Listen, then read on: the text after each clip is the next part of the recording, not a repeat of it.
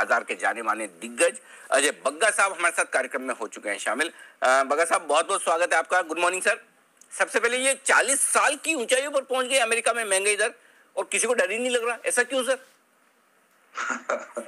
नहीं, डर इसलिए नहीं लग रहा क्योंकि मार्केट ने काफी उसको पचा लिया था अनिल जी। ये आप देखिए, बॉन्ड जिस तरह से पिछले हफ्ते बढ़े 1.5% से एक 1.75 पे पहुंच गया बॉन्ड यील्ड, तो मार्केट ने जल्दी से बचा लिया था। अनुमान था 7% का, साथ ही आया।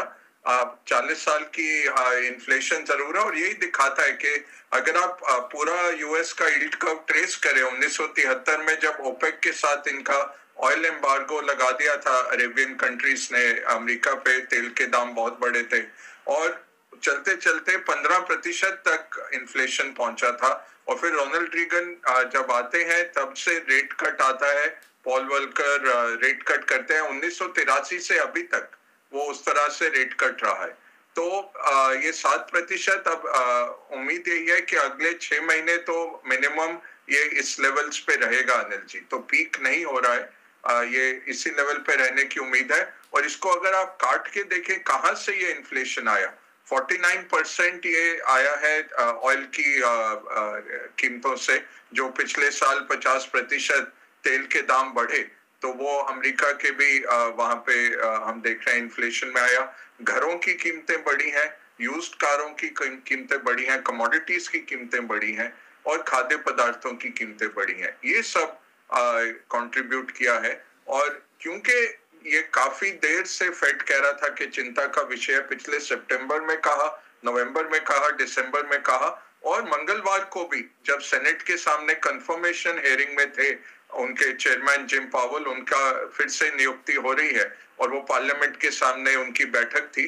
उन्होंने कहा कि हमारा सबसे बड़ा अब चैलेंज इन्फ्लेशन है। ग्रोथ तो अच्छी दिख रही है, इकोनॉमी स्थिर हो गई है, तो अब हम टाइटनिंग करेंगे और इस इन्फ्लेशन को काबू करने की कोशिश करेंगे। तो क्योंकि मार्केट ने बचाया हुआ था पिछले हफ्ते जो झटके लगे मार्केट को, और ओवरऑल अगर आप देखें अनिल जी, ये दो तरफा मार्केट हो गया।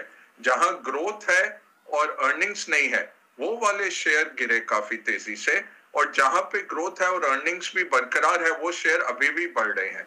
तो एक ये दो तरफा अमेरिकन मार्केट हुआ।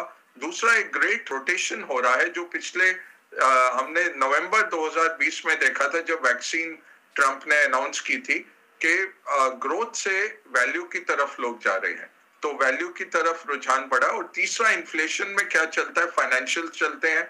फ्राइडे को बड़े बड़े बैंक्स के नतीजे हैं, सिटी बैंक के हैं, जेपी मॉर्गन, वेल्स फार्गो, वो बताएंगे क्या चल रहा है इकोनॉमी में। और इंडस्ट्रियल्स चलते हैं, आपके साइक्लिकल सब अच्छा करते हैं। तो ये अब टाइम है ज्यादा साइक्लिकल्स की तरफ देखने का।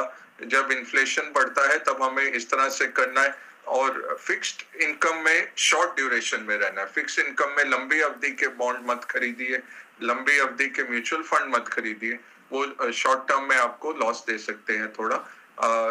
शॉर्ट ड्यूरेशन में यहाँ बैठना है कर्व में। और एक फाइनल अपडेट है अमेरिका पे अनिल जी कि गोल्डमैन सैक्स ने जीडीपी घटाया, वर्ल्ड बैंक ने तो ग्लोबल जीडीपी घटाया। 2 दिन पहले वर्ल्ड बैंक की एनुअल रिपोर्ट आई जहां उन्होंने बोला कि कोविड और इन्फ्लेशन के चलते और सेंट्रल बैंक्स की टाइटनिंग के चलते थोड़ा जीडीपी गिरेगा विश्व भर में।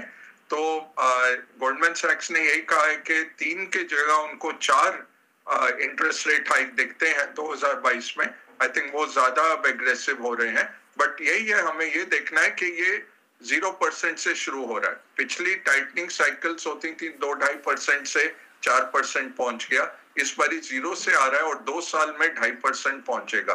तो ये मार्केट ने पचाया हुआ है और इसलिए मार्केट बढ़ा। ओमिक्रॉन हो, फेड का मूव हो, ये सब क्योंकि मार्केट ने 20 दिसंबर को ओमिक्रॉन कर लिया था, इतनी तेजी से मार्केट गिरा था, वो सब पचाने के कारण मार्केट अभी इससे विचलित नहीं है। अब अर्निंग से ही मार्केट का सारा दारोमदार है।